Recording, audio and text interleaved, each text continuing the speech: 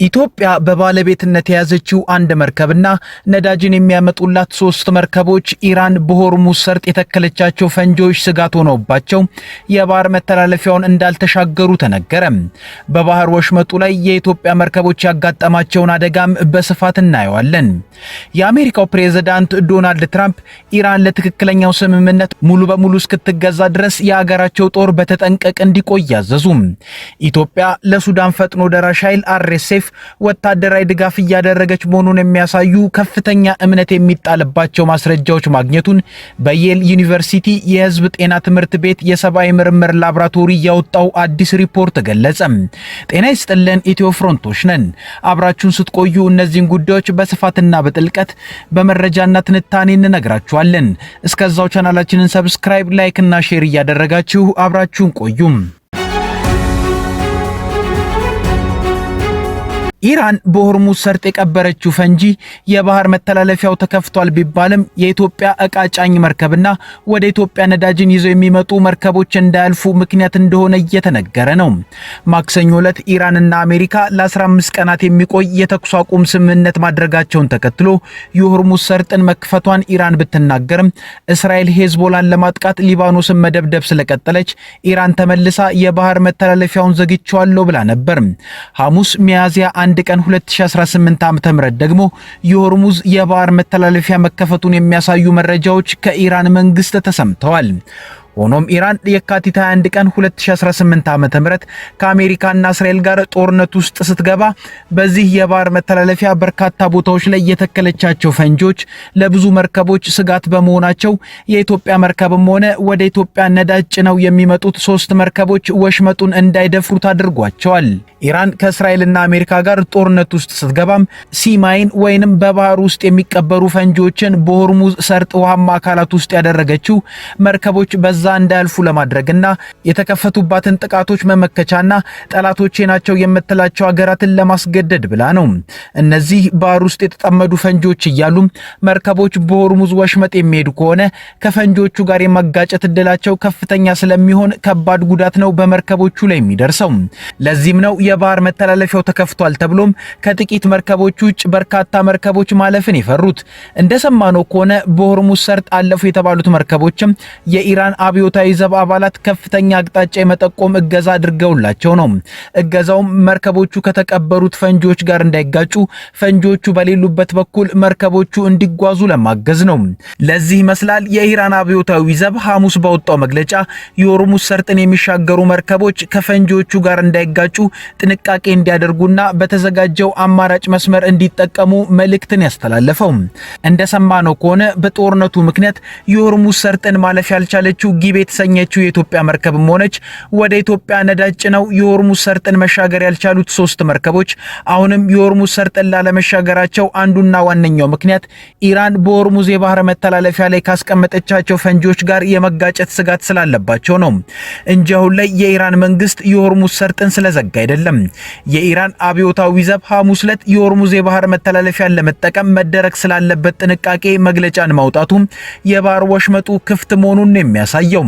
ኢትዮ ፍሮንት ያገኘችው መረጃ እንደሚያሳየው ማክሰኞ ዕለት ኢራንና አሜሪካ የተኩስ አቁም ስምምነትን እንዳደረጉ ካወጁ በኋላ በተባበሩት አረብ ኤሚሬት ሻርጃ ወደብ አካባቢ ያለችው ጊቤ የተሰኘችው መርከብ ወደ ሆርሙዝ ሰርጥ መታ ወደ ጅቡቲ ወደብ ለመድረስ እንቅስቃሴን ጀምራ ነበር።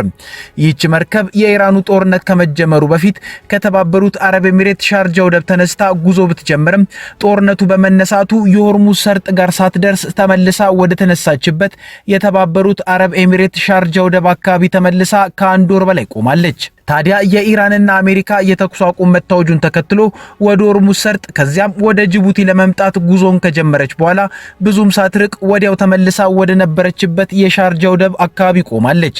ይህም የሆነው የባህር መተላለፊያው መከፈቱ በራሱ በቂ ስላልሆነና ኢራን በጦርነቱ ወቅት በሆርሙዝ የባህር ወሽመጥ ላይ የቀበረቻቸው ፈንጂዎች ስጋትን ስለፈጠሩባት ነው። በኢራን የሆርሙዝ ሰርጥ ፈንጂ ቀበራ ምክንያት ወሽመጡን ማለፍ ያቃታት ጊቤ የተሰኘችው የኢትዮጵያ መርከብ ብቻም ሳትሆን የኢትዮጵያ መንግስት ከኩዌት በዱቤ የገዛውን ነዳጅ የተሸከሙ 3 መርከቦችም ናቸው። ቪቶል በተሰኘው ኩባንያ መርከብ የተጫነው የኢትዮጵያ ነዳጅ 120,000 ሜትሪክ ቶን ናፍጣና 60,000 ሜትሪክ ቶን የአውሮፕላን ነዳጅ ሲሆን በጥቅሉ 180,000 ሜትሪክ ቶን ነዳጅ በ3 መርከቦች ተጭኖ ቆሟል። መረጃዎች እንደሚያሳዩት የሆርሙዝ ሰርጥ ሙሉ ለሙሉ ቢከፈትም ሰርጡን ለማለፍ የተሰለፉት ከ2000 በላይ የሚበልጡ መርከቦች ሁሉም በመተላለፊያው በኩል ሲያልፉ ከተቀበረ ፈንጂ ጋር እንዳይጋጩ የኢራን አብዮታዊ ዘብ ወታደሮች መሪነት ያስፈልጋቸዋል። ይህ ደግሞ ከመርከቦቹ ብዛት አንጻር የተራዘመ ጊዜን ይጠይቃል። ካልሆነም ኢራን በሆርሙዝ ሰርጥ የተከለቻቸውን ፈንጂዎች በሙሉ ማክሸፍ ይኖርባታል። ከአሜሪካና እስራኤል ጋር ስታደርገው የነበረው ጦርነት ገና የተኩስ አቁም እንጂ በሰላም ስምምነት ያልተጠናቀቀ በመሆኑ ኢራን በአሁኑ ጊዜ በሆርሙዝ ሰርጥ ላይ የተከለቻቸውን ፈንጂዎች ታከሽፋለች ተብሎ አይጠበቅም። የባህር መተላለፊያውን በዚህ ጭንቅ ውስጥ ማቆየቷም ዋነኛ የማስገደጃና መደራደሪያ ጉዳዩ ስለሆነና የሆርሙዝ የባህር መተላለፊያም ብቻውን የዓለምን ነዳጅ 1/5 የሚያሳልፍ በመሆኑ ማለት ነው። አሁን ያለው ሁኔታም ለኢትዮጵያ በተለይም ለነዳጅ አቅርቦቷ በጣም ፈታኝ ሆኖ መቆየቱ አይቀርም። ሀገሪቱ ከኩዌት የገዛችውን ነዳጅ መረከብ ባለመቻሏ በበርሜል 70 የአሜሪካን ዶላር የገዛችው ናፍጣ ከሆርሙዝ ሰርጥ ወዲያ ማዶ ቆሞ በበርሜል 250 የአሜሪካ ዶላር ናፍጣን በኮንትሮባንድ ገዝታ እየተጠቀመች በዜጎች ላይ ከባድ የዋጋ ውድነት ተፈጥሯል። ሊያውም ነዳጁም በከፍተኛ ደረጃ ጠፍቶ ማለት ነው። አሁን ኢትዮጵያ በሆርሙዝ ሰርጥ ፈንጂዎች የቱ ጋር እንደተቀበሩ ከሚያውቁት ከኢራን የአብዮታዊ ዘብ ወታደሮች እርዳታን አግኝታ የደረቅ ጭነት መርከቧም ሆነ ነዳጅ የጫኑላት 3 መርከቦችን የማታሳልፍ ከሆነ መጀመሪያም በሙሉ ልብ እየተተገበረ ያልሆነው የተኩስ አቁም ስምምነት ጊዜውም አልፎ ሌላ ዙር ጦርነት ይጀመራል የሚል ስጋት በብዙዎች ዘንድ አለ። ስለሆነም ኢትዮጵያ በቀጣይ በተገቢው የዓለም ገበያ ነዳጅን የምታስገባበትን አማራጭ ገበያን ማግኘት ያስፈልጋታል ከወዲሁ። የአሜሪካው ፕሬዝዳንት ዶናልድ ትራምፕ ኢራን ለትክክለኛው ስምምነት ሙሉ በሙሉ እስክትገዛ ድረስ የሀገራቸው ጦር በተጠንቀቅ እንዲቆይ ያዘዙ። ተደራዳሪ ልዑካን ለድርድር ወደ ፓኪስታን ባቀኑበት ሁኔታ የአሜሪካው ፕሬዝዳንት ዶናልድ ትራምፕ በግል የማህበራዊ ሚዲያ ገጻቸው ላይ ኢራን ትክክለኛውን ስምምነት ሙሉ ለሙሉ የማታከብር ከሆነ ማንም ካየው በላይ ጠንካራ የሆነ ጥቃት እንደሚፈጸም በመግለጽ አስጠንቅቀዋል። ፕሬዝዳንቱ በትሩዝ ሶሻል ላይ ባጋሩት ጽሑፍ ተኩስ የሚጀመረው ግዙፍና የተሻለ እንዲሁም ማንም ካየው በላይ ጠንካራ ሆኖ ነው በማለት አስጠንቅቀዋል። አክለውም ሁሉም የአሜሪካ ጦር መርከቦች፣ አውሮፕላኖችና ወታደሮች እንዲሁም ተጨማሪ ጦር መሳሪያዎች ዝግጁ እንዲሆኑ አዘዋል። ማክሰኞ ዕለት አሜሪካና ኢራን የተኩስ አቁም ላይ መድረሳቸውን ተከትሎ የሚፈጸሙ ጥቃቶች ቢቆሙም እስራኤል ግን በሊባኖስ ላይ ጠንካራና ግዙፍ ድብደባዎችን መፈጸሟን አስታውቃለች። በዚህም የተነሳ የሂዝቦላ አዛዥን ጨምሮ ከ180 በላይ ሰዎች መሞታቸው ተሰምቷል። የኢራን አብዮታዊ ዘብ በበኩሉ እስራኤል በሊባኖስ ላይ የምትፈጸመው ጥቃት በአስቸኳይ ካልቆመ ጸጸት የሚያስከትል ምላሽ እንደሚሰጥ ዝቷል። የትራምፕ ማስጠንቀቂያ የተሰማው የአብዮታዊ ዘቡ ማስጠንቀቂያን ተከትሎ ነው። በአሜሪካ ምክር ቤት አባል የሆኑት የዲሞክራቲክ ፓርቲ አባላት ሀገራቸው ከኢራን ጋር ባካሄደችው ጦርነት ላይ ተቃውሞ ሲያሰሙ የቆዩ ሲሆን በተለይ ሰኞ ዕለት ትራምፕን የኢራንን ስልጣኔ በአንድ ሌሊት እንደሚያጠፉ ከዛቱ በኋላ ስጋታቸው ከፍተኛ ደረጃ ላይ መድረሱ ተነግሯል። ከአሜሪካ ምክር ቤት አባላት መካከል ጥቂት የማይባሉትም በፕሬዝዳንቱ ላይ የተሰማቸውን ቁጣ ወደ ሕግ ለመቀየር በሀገሪቱ ሕግ መሰረት ፕሬዝዳንቱን ከስልጣን ለማንሳት የሚያስችል 25ኛው የሕግ ማሻሻያ ተግባራዊ እንዲሆን ጥሪ አቅርበዋል። ነገር ግን ሕግ አውጪዎቹ ፕሬዝዳንቱን ለመቆጣጠር ሊጠቀሙበት የሚችሉት ቁልፍ አሰራር ትራምፕ ጦርነት ለማካሄድ ያላቸው ስልጣን የሚገድበውን ደንብ ተግባራዊ ማስደረግ ነው። ይህ እርምጃ በምክር ቤቱ ተቀባይነት አግኝቶ ከጸደቀ ኮንግረስ እስካልፈቀደ ድረስ የፕሬዝዳንት ትራምፕ አስተዳደር በኢራን ላይ ምንም አይነት ወታደራዊ ዘመቻ ማካሄድ አይችልም። በየካቲት ማብቂያ አሜሪካና እስራኤል በኢራን ላይ ወታደራዊ ዘመቻ መክፈታቸውን ካሳወቁ በኋላ የፕሬዝዳንቱን ጦርነት የማካሄድ ስልጣንን ለመገደብ በሁለቱም የሀገሪቱ ምክር ቤት ድምጽ ቢሰጥም ተቀባይነት የሚያስገኝን ድጋፍ ሳያገኝ ቀርቷል። ዛሬም በድጋሚ በምክር ቤቱ የሚገኙ የዲሞክራቲክ ፓርቲ አባላት የትራምፕን ጦርነትን የማካሄድ ስልጣንን የሚገድብ ሕግ ተቀባይነት እንዲያገኝ ሙከራ ያደርጋሉ። ውሳኔው አሁንም ተቀባይነት የማግኘቱ ጉዳይ አጠራጣሪ ቢሆንም አሜሪካውያን ለጦርነቱ ያላቸውን አቋም ለማሳየት ያስችላቸዋል ተብሏል። ከአሜሪካ ኢራን ድርድር ጋር በተያያዘ ደግሞ የአሜሪካ ኢራን የተኩስ አቁም ስምምነት አጠራጣሪ ቢሆንም የኢራን ተደራዳሪዎች ወደ ፓኪስታን መሄዳቸው ተሰምቷል። የኢራን ተደራዳሪዎች ልዑክ ከአሜሪካ ጋር ጦርነቱን ለማቆም ወደ ፓኪስታን ማምራቱን በፓኪስታን የኢራን አምባሳደር አረጋግጠዋል።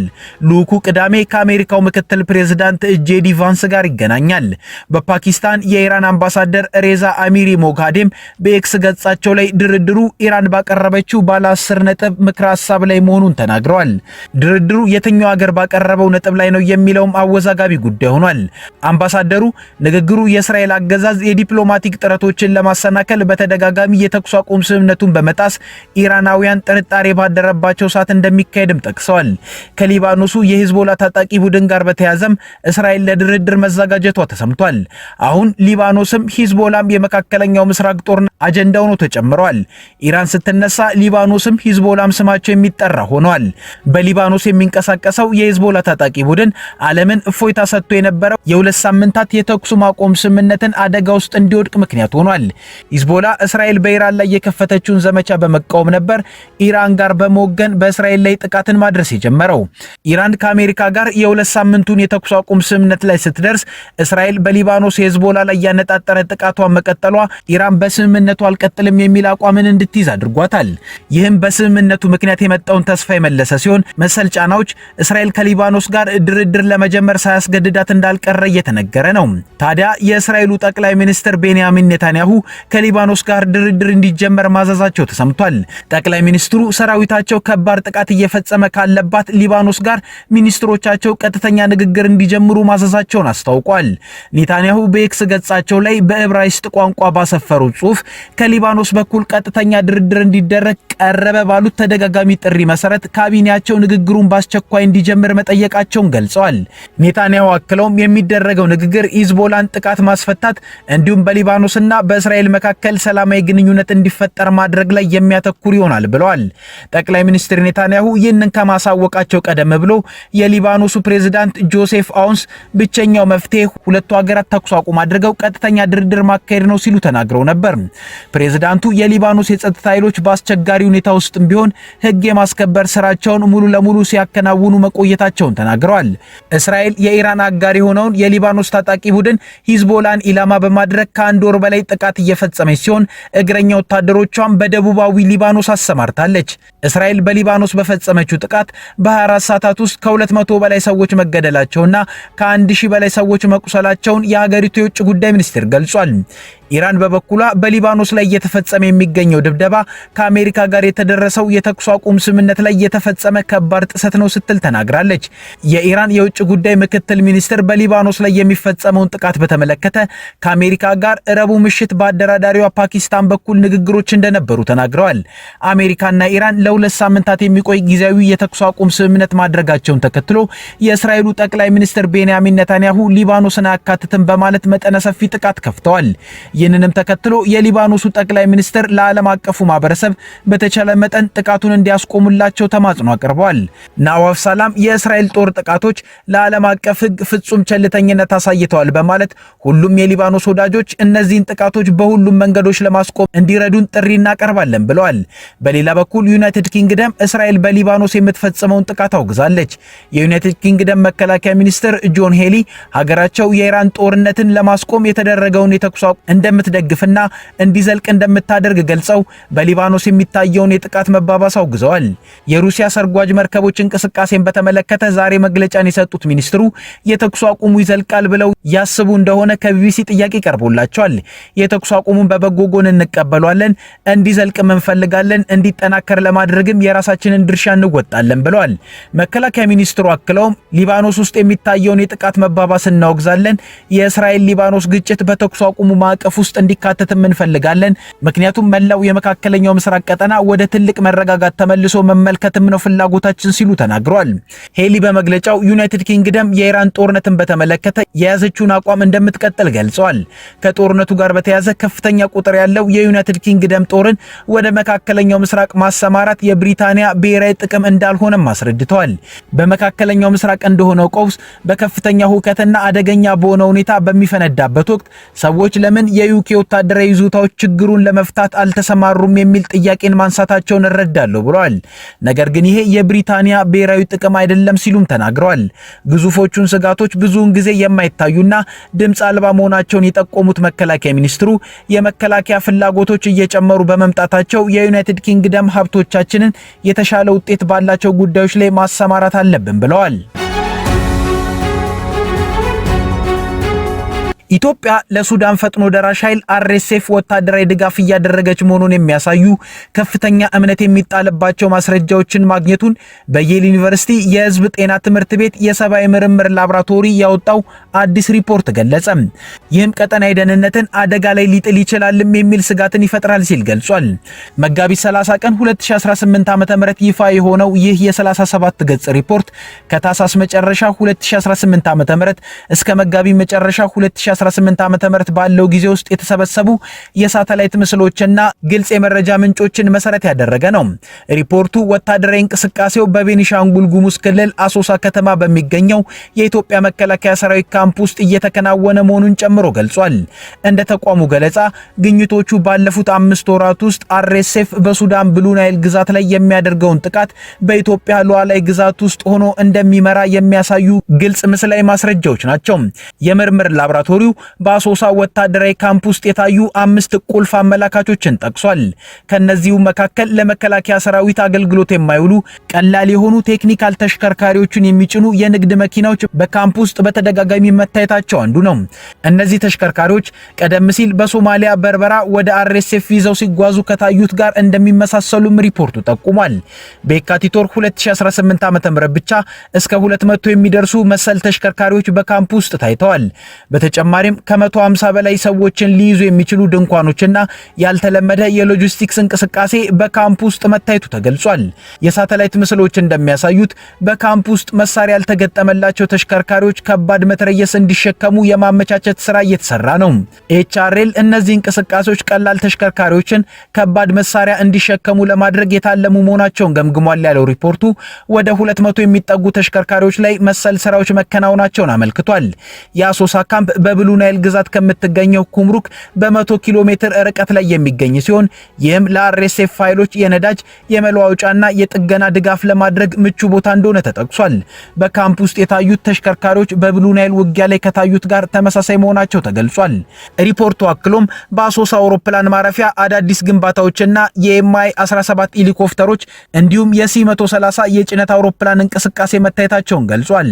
የምርምር ላቦራቶሪው በማጠቃለያው የግኝት ኢትዮጵያ በሱዳን ግጭት ውስጥ ስላላት ሚና ትልቅ ጥያቄ የሚያስነሳ መሆኑን ገልጿል። ድርጊቱ በኢትዮጵያ መከላከያና በRSF መካከል ቀጥተኛ የጥቅም ትስስር መኖሩን እንደሚያሳይና ዓለም አቀፍ ሕጎችን እንዲሁም የተባበሩት መንግስታት ድርጅት ማዕቀቦችን ሊጥል እንደሚችልም አስጠንቅቋል። ተቋሙ የዓለም አቀፉ ማህበረሰብ ጉዳዩን በጥብቅ እንዲከታተለውና የኢትዮጵያ መንግስት ገለልተኛ አካላት በአሶሳ ምርመራ እንዲያካሂዱም እንዲፈቅድ ጥሪ አቅርቧል። ከኢትዮ ፍሮንት የዛሬ ጉዳዮቻችን እነዚህ ነበሩ። አብራችሁን ስለቆያችሁ እናመሰግናለን። ቻናላችንን ሰብስክራይብ አድርጉልን። መልካም ጊዜ